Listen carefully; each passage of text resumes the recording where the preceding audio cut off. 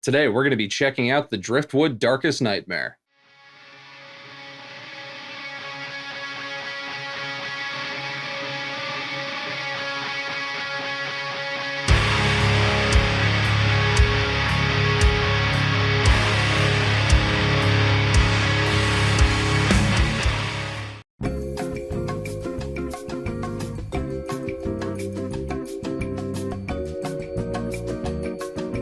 So for anyone that isn't aware, Driftwood is a German company that makes high gain amps. They make their Nightmare line of amplifiers. The Darkest Nightmare is a more stripped down version of the Purple Nightmare amplifier. Now, even though it's a bit more stripped down, this thing still has a lot of features. First of all, it has a really interesting power tube combination that I've never used.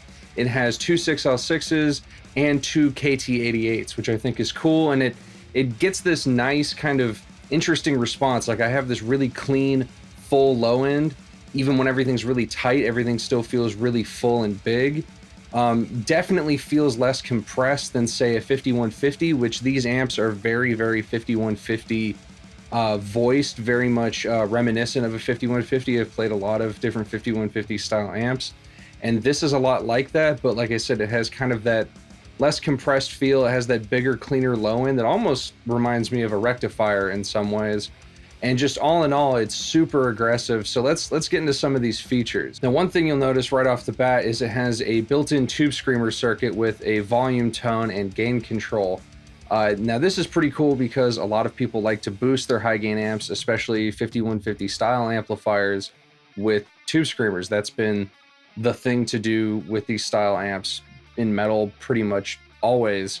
And so it's cool that they just built that directly into the amp. My only real complaint here with the tube screamer circuit is the switch to turn it on and off is located on the back of the amplifier, and it's very small and hard to reach. If I was loaned the foot switch by my friend who loaned me the amp, this wouldn't be an issue. I could just click it on the foot switch, but I wasn't, so it's kind of a pain in the ass to reach back there. But if you have the foot switch, this isn't an issue. Now, you have your basic controls, you have your gain, you have your bass, middle, treble, you have your master volume. It has a second master volume that is foot switchable, which again, I don't have the foot switch, so I can't control that, but that essentially is like an extra volume boost for like if you're doing, leads or solos or something and you need to bump up your volume temporarily, and then you can turn that off and come back down to your rhythm volume. And then it has rumble and sharp, which are your presence and resonance controls. There's also some cool extra switches on this that allow you to sculpt this thing to what you want. There's a high and low gain switch that takes you from more compressed, saturated high gain to more of a kind of low gain. It's more of a mid gain kind of sound, which is pretty cool to have the option. One of my favorite features is the tight switch. That thing just whacks off a bunch of low end. It's kind of like a high pass filter. And it just tightens everything up. It does exactly what it says. It gets rid of some of that mud and flub and just makes the thing a lot more articulate. It makes it sit in the mix really, really well. There is a voice switch, which takes it more from kind of a mid-forward sound to almost more of kind of a kind of scooped sound. Definitely not as mid-forward. I tend to like it with the more mid-forward sound. And then there is a mode switch, which to my ears, the mode switch switches it from being kind of brighter and more cutting to fuller and darker. There's also a sizzle switch, which kind of boosts the top end presence.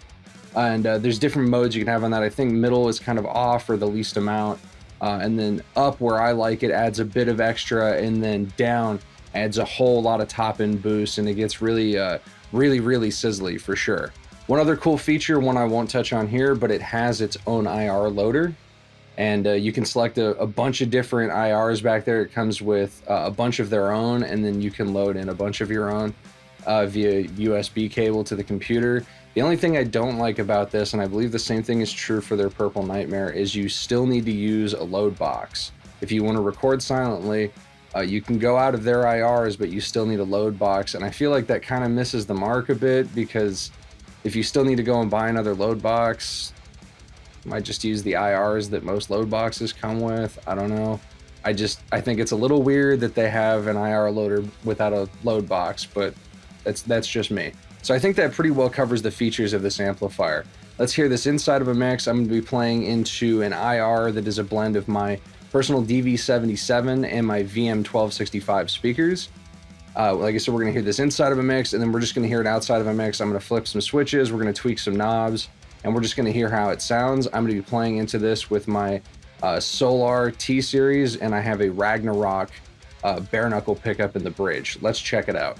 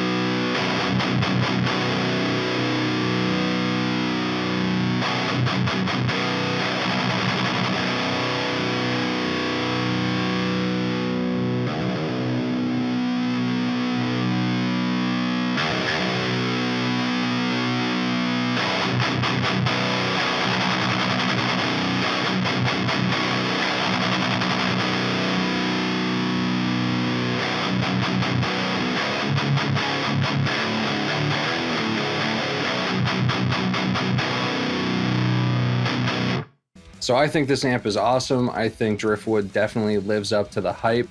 This, I was told forever, is like a 5150, but with some modern updates and less compressed and fuller. And I got all of that immediately when plugging into this thing. It's super full without ever being fat. It's tight without ever being thin.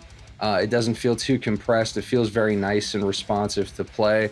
It's super aggressive, and with all the tone sculpting stuff that's built into this, with all the different switches, you can really get a lot of different sounds for whatever you need out of this thing. I think these guys are pretty cool. I'll have a link down so you can check out Driftwood and other stuff that they offer, like their mini Nightmare or their full purple Nightmare. I think they're worth giving a look. Thanks for watching, guys. Stay metal.